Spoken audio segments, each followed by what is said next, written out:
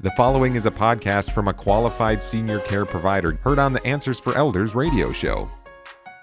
And welcome back, everyone, to Answers for Elders Radio Network. And we are here with Marlina Velasco-Barker, and she is the CEO, the president, executive director. You call her everything. She's our mommy doodle in charge. And Miss Malia, her doodle puppy, lead Washington Therapy Dogs, affiliated now as the Western Washington headquarters of Pet Partners. And that is very big news.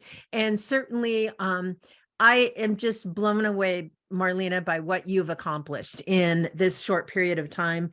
And, back in 2020, when we started, we didn't really know what we were doing. We went to a trainer. A bunch of us went outside and it was cold. And sometimes we were in the rain because it was COVID times, right? But we got ourselves certified. But we didn't really know what it is to expect. We didn't know anything about this. What you've done is you have really dived into the process, what is involved and what's most important. And I think now on the other side, that since you've come on board, we're much more knowledgeable about this type of a program. So you mentioned a term earlier called animal assisted intervention. What is that? And can you explain a little bit about that?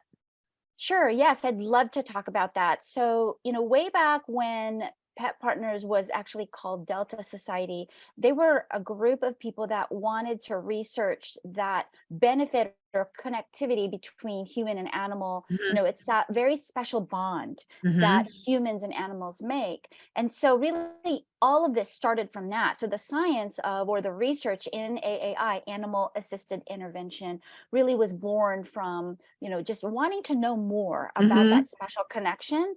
And then they took it to the next level and they started getting a lot of calls and requests about, what will you do with this information? Well, obviously Right. it's proven that there is a very special, end result is people that, and I call it smiles for miles, Suzanne. I want to make a t-shirt that says that. Yes.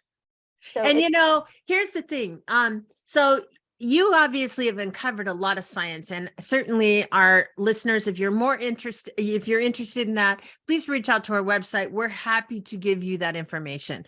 But what I want to talk about is who do you visit and what happens on those visits? Well, it's been so fun. The beginnings of this was that we visited a lot of the senior care living or senior living communities, whether that be memory care, assisted living, the different modalities that some of these senior communities offer. And we've expanded beyond that. And now we're being requested to go to, for example, South Puget Sound Community College and connect with the students there. The military bases. And then I recently got a call and communicated with a gal that works at an addiction recovery community or services. And there's, it's endless, right? There's a huge long list. Kids that are afraid of dogs. So helping them with fear, all different types of things that you do. And what happens on those visits? It's miraculous, to say the least. There are a few people that Malia and I have connected with. And in that moment that we got to that spot that they could see the dog, because sometimes we had to maneuver the dog in that 30 to 45 minute opportunity, which a 35-minute visit is about average for us. We walk in, we're greeted by the staff, and then we walk into the space that they've created so that it's a safe and conducive environment for a visit. And the minute that they lock eyes with one of our dogs, some of them go from being nonverbal to verbal. It's amazing what our dogs just know. It's this connection between canine and human. They know what we need. And that's the thing. Do you have any stories that you can share? I know you have a million of them, but do you have one story that stands out? My favorite one, absolutely. My favorite one was one of our very first visits during 12 Days of Goodness last December. And we walked into a memory care facility, and this gal was sitting, and Malia all of a sudden backed away. And I was watching, but I couldn't quite figure out why she backed away. Well, the lady was having a tremor. but she didn't bark. She didn't, she didn't flinch. She just slowly backed away. And then when the lady was done with her tremor, Malia went back toward her and put her chin on her lap. Oh my gosh. And that's then amazing. Now watch this. The tremors happened again 10 times. And Malia did the same thing. She would back away slowly. And I didn't even know what to do. I didn't even know how to respond. But here's Malia and her brilliance and her intuitive nature. She knew exactly what to do. They just know. And, this is the thing I think about. And again, it goes back to some of the visits that Whitby and I went to. And one of the things that we did, which was amazing, I think of, is there was a lady that had just moved into a community that was so negative, and she was crying every day, and she was depressed, and they never saw her cry, smile, because she just was having a hard time adjusting. They brought her out. And the staff said when Whitby and her friends came to visit, it was the first time that she had smiled and she had felt joy in a month.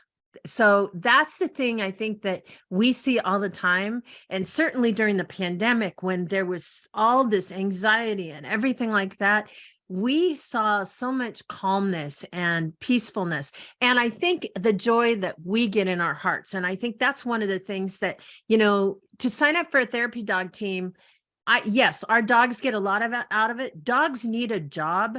They know what their job is. And when they go into a visit, no matter what it is, it's like they're on, they have purpose. And this is an important thing. And I think the second piece of this is we, as their handlers, when we call us teams, you and your dog is your team, we get so much joy and purpose every day. And I think that's the thing that's so exciting about the work that we're doing, that we would love to, if you have a dog out there and you're thinking about being involved, Marlina and we would love to talk to you and be happy to refer you to a local organization that can help you certify your dog. And we're going to go through that later in the hour of what kind of animals do we look for, those different types of things. So Marlina, we have about 1 minute left. Do we have anything to add on to what I said?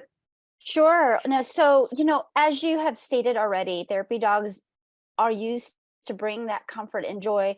But the other piece to it as well is you and your pet, because they are our pets after all. They're not, unlike, say, a canine unit that goes out and sniffs for drugs. That's not their family member. Our pets, our family members are, our connectivity and our relationship with them improves as well. Yes. And I love that part, because a lot of people don't have a lot of skills already, and by learning the process of being a therapy dog, they get skills. Right. And everyone, Marlina and we're going to talk more about this right after this.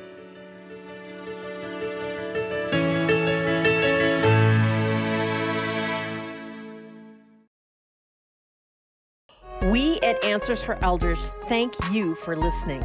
Did you know that you can discover hundreds of podcasts in our library on senior care? So visit our website and discover our decision guides that will help you also navigate decision making. Find us at answersforelders.com.